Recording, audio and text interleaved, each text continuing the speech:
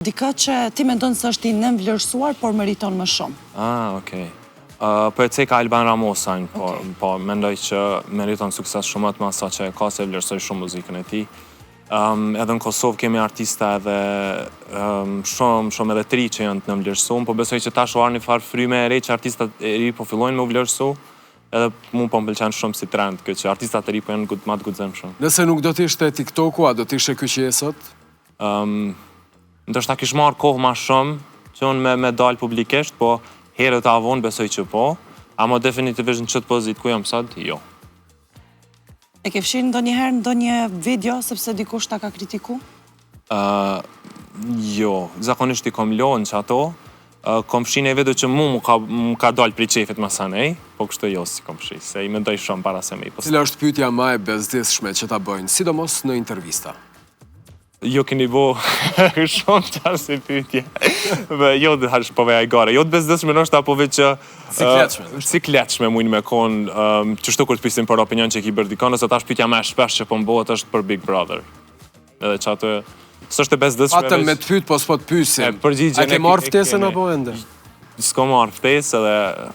Pytje ko marrë shumë rrëth Bigut, po edhe përgjigja... A do ta kishe provu për shembull si eksperiencë? Po përgjigja u konë që jam shumë neutral, anoj ka jo, anoj ka po, për momentin jam shumë jo, se s'po m'pëlqen trendi që po shihet gjithsesi se trampolin për artistat e ri, mendoj që është gabim. A të pëlqen muzika që bën Londrimi për shembull, fituesi i edicionit fundit? Po, Londrimi është djalë shumë i mirë, është shumë kreativ, është i guximshëm, m'pëlqen stili i tij.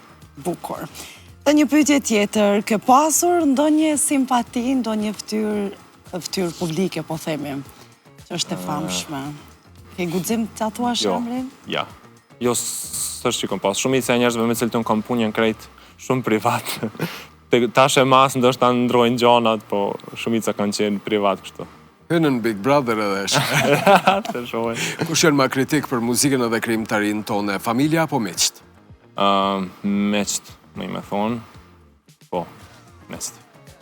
Nëse do duhej ta zgjidhje vetëm njërin, famen apo parat? Këtë do e zgjidhje? Mendoj që asnjëna. Mendoj që si fama si parat nuk janë diçka që duhen për në aspektin ekzistencial, më nëshme ekzistu pa asnjëna, kështu që mendoj shëndeti është numër 1. E di që kjo është një përgjigje klishej, po është e vërtet për mu.